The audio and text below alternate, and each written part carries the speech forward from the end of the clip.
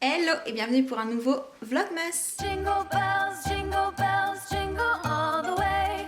Oh, what fun it is to ride in a one-horse open sleigh. Jingle bells, jingle all the way.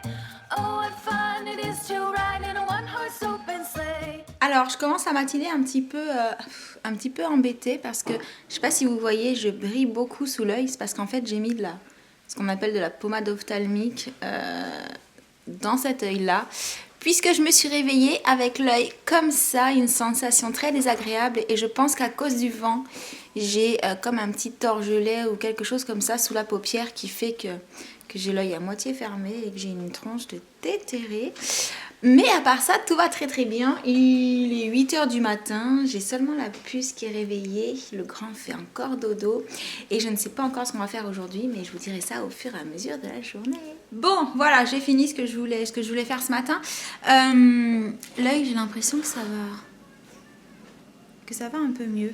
Je me tape un gros bouton là aujourd'hui. J'ai rarement des boutons, mais alors par contre quand j'en ai, ils sont voyants, hein, c'est le moins qu'on puisse dire. Donc, je pense que je vais m'occuper de mes cheveux ce matin. Je sais pas. Qu'est-ce que vous en pensez? Là, je les ai laissés sécher naturellement, mais j'ai dormi dessus, donc ils sont dans tous les sens, complètement tous les sens. Et du coup, vu qu'ils sont toujours assez courts, ils bouclent pas mal. J'ai bien envie de faire la couleur là, qui sont propres. On va voir. En fait, j'ai regardé à la lumière et j'ai rêvé quand j'ai cru que ça allait mieux. C'est toujours aussi gonflé ici, là. Mais ça me gêne moins, en fait. J'ai moins mal. Donc voilà, avec un petit peu plus de luminosité, ce que ça donne. Alors voilà, mes boucles, ça sont donc mes boucles naturelles.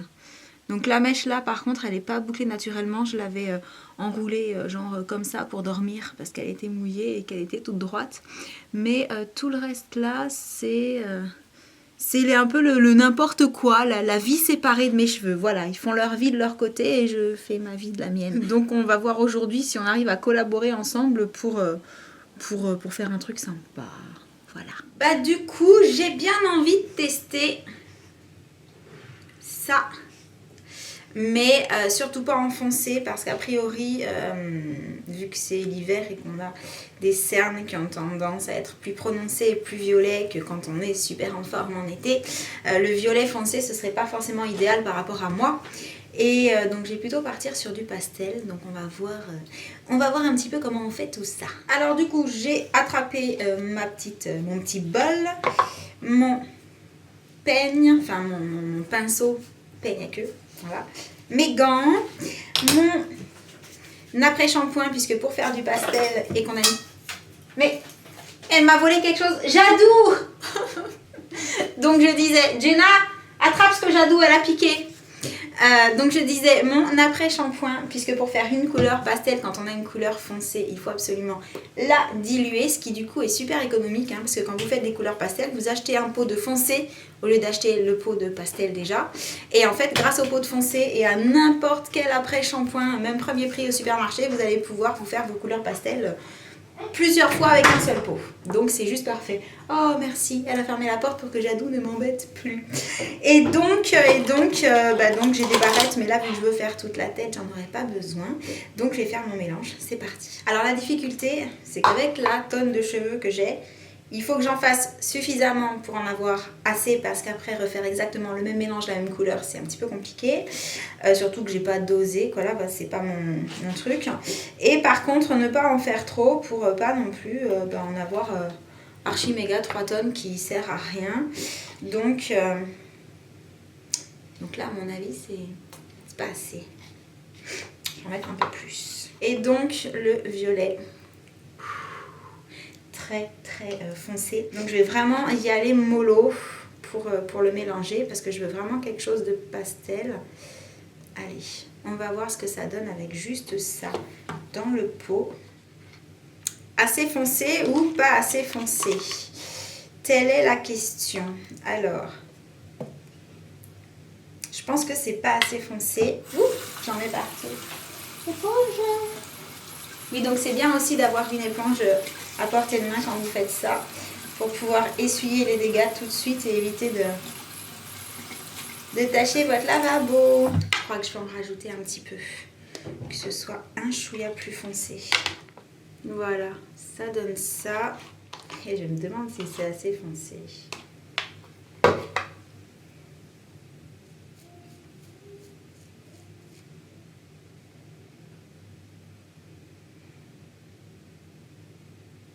Je ne sais pas. Je pense que je vais en rajouter encore un chouïa et après je m'arrête. Voilà. C'est parti. Donc, je vais vous montrer un peu plus vers le haut. Donc là, le but, c'est tout simplement de faire le dessus de la tête. Hein. Je vais essayer de faire comme je peux avec la tignasse que j'ai. J'ai commencé par les racines.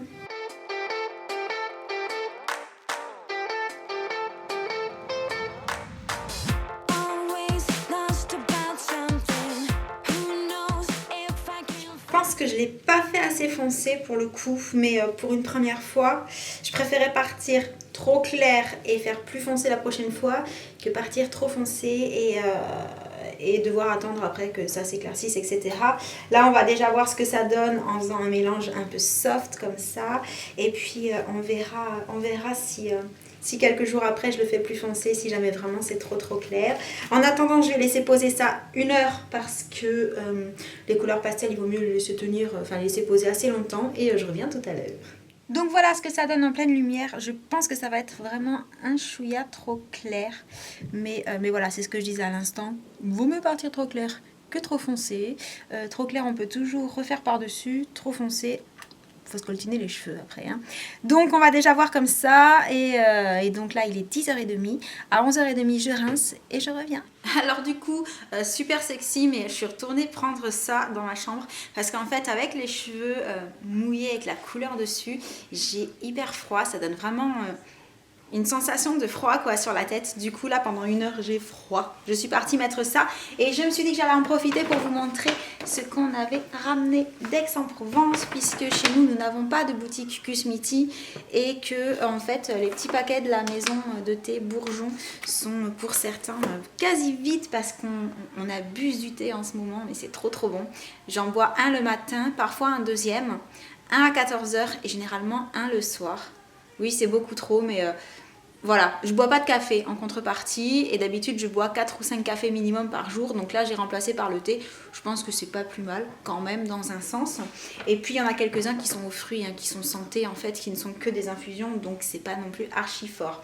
Du coup, chez Kusmiti, j'ai craqué pour le thé vert Saint-Pétersbourg qui est donc aux agrumes, fruits rouges et caramel, et je l'ai déjà goûté et il est super bon.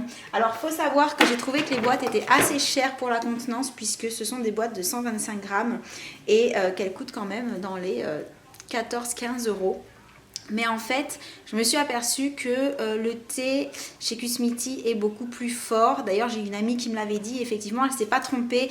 C'est-à-dire que pour avoir un thé au goût suffisamment fort pour moi, j'en mets quasiment 2 fois moins que les autres thés. Donc, l'un dans l'autre, je pense que voilà, c'est, on va dire, 2 fois plus cher que les thés basiques. Je pense notamment à ceux de chez Bourgeon, mais en même temps on en met moins, donc c'est pareil en fait, ça revient au même, c'est juste que les senteurs sont totalement différentes. Pour le coup, chez Kusmiti, je préfère les choses un peu plus basiques. Chez Bourgeon, je préfère les trucs beaucoup plus exotiques, beaucoup plus originaux.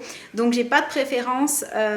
Les deux sont différents en fait et j'adore vraiment les deux.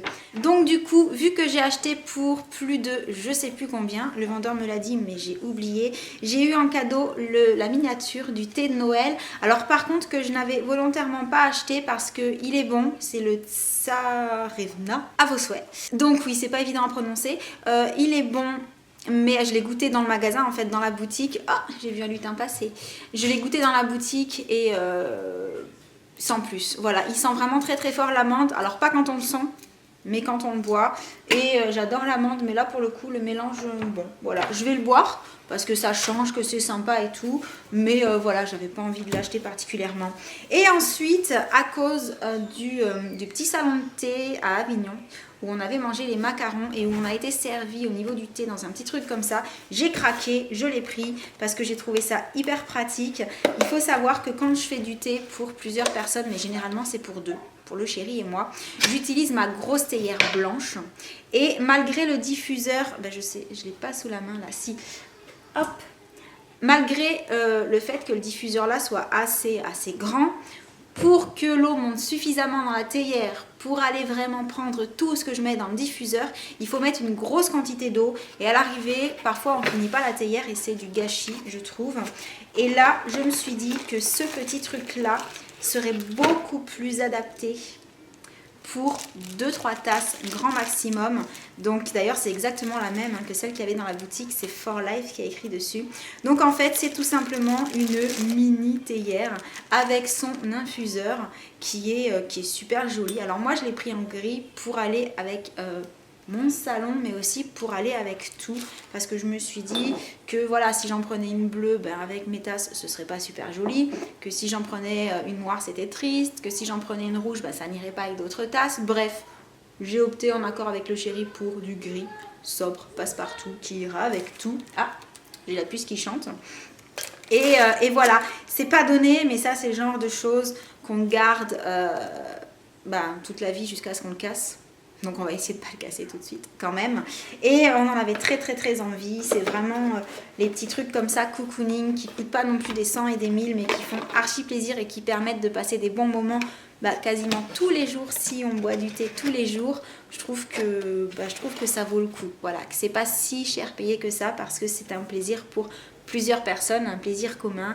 Et donc voilà, sur ce, je me suis un petit peu réchauffée maintenant en vous parlant et en ayant ça sur le dos. Je vais aller faire 2-3 bricoles et je reviens tout à l'heure pour vous montrer ça. Voilà, je viens de rincer.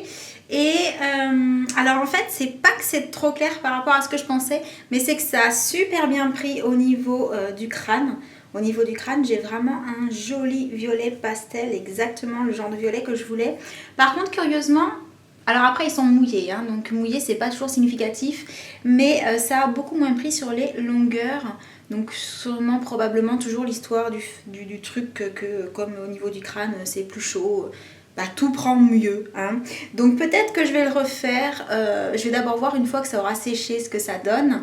Si ça me plaît pas ou si j'ai pas trop la flemme, peut-être que je vais le refaire entièrement pour que ça retienne mieux sur les longueurs, mais pour ça il faut attendre que ça sèche, donc dans ce cas là je le ferai probablement demain ou après-demain.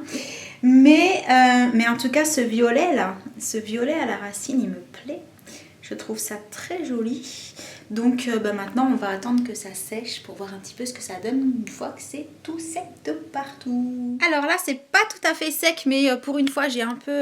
je m'éloigne. Pour une fois j'ai un peu utilisé le sèche-cheveux pour pré-sécher on va dire, parce que là je vais faire un petit tour entre midi et 2 avec le chéri. Donc du coup je voulais pas sortir non plus les cheveux hyper méga trempés. Ce qui est sûr c'est que... alors le violet je l'aurais bien voulu comme ça partout. Donc je vais sûrement le refaire, mais par contre je voulais voir si effectivement le violet allait neutraliser les quelques reflets jaunes qui pouvaient rester dans mes cheveux. Et alors là, je sais pas ce que vous en pensez, mais ça marche super bien. Ça marche vraiment super bien. Je trouve que le blond du coup est beaucoup moins jaune. Et je pense qu'à force de faire du violet, on doit réussir à obtenir un platine beaucoup plus lumineux, en fait, beaucoup moins jaune. Parce que voilà, quand on n'est pas blonde claire à la base, avoir du blanc, c'est un petit peu compliqué. Mais j'aime bien, je trouve ça sympa. Bon, il faudra que je vois quand ils seront parfaitement secs et voir aussi en plein soleil. Mais alors là, avec l'œil qui me fait mal, si je vais en plein soleil, vous allez peut-être voir. Moi, par contre, là, je vois plus rien. Mais alors, plus rien du tout. Puis, du coup, j'ai quand même un peu mal à l'œil, donc c'est pénible. Mais, ouais, ça l'a un peu blanchi, je trouve. Et du coup, je trouve ça plus joli encore. Voilà. Alors, c'est une couleur... transitoire on va dire, hein. Je pense que je vais m'amuser encore un petit peu plus que ça quand même, mais voilà, je voulais tester le violet pastel et je pense que je vais le refaire pour que ce soit plus uniforme, parce que j'aime beaucoup cette couleur là en racine et que je pense que ce sera plus joli si c'est partout quand même, parce que là ça fait vraiment très très peu violet. Donc je leur ferai un chouïa plus foncé, et mais dans les jours qui arrivent, hein, je vais pas non plus attendre 107 ans pour le refaire. Je vais déjà voir ce que ça donne quand c'est parfaitement sec, donc je reviens tout à l'heure. Bon, j'ai craqué, j'ai fait finalement aujourd'hui, parce que vu que je les avais pré-séchés pour sortir, je suis rentrée, ils étaient presque secs. Donc je me suis dit, allez, tant que t'y es, aujourd'hui ça va être la journée coloration, donc refais une couleur un peu plus foncée.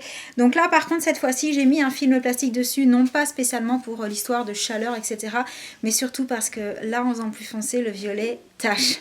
Donc pour éviter d'en mettre partout, genre je tourne la tête, j'en éclabousse sur les murs, je me suis dit on va plutôt éviter. Voilà, l'heure est passée, donc il est temps d'aller enlever tout ça. Par contre j'ai quelques bricoles à faire juste après, donc je suis pas sûre de pouvoir revenir. Du coup, je vais arrêter mon vlogmas ici pour aujourd'hui. Vous aurez donc la surprise de voir ce qu'il y a là-dessous et de voir à quoi ça ressemble quand c'est sec dans mon vlogmas de demain si tout va bien.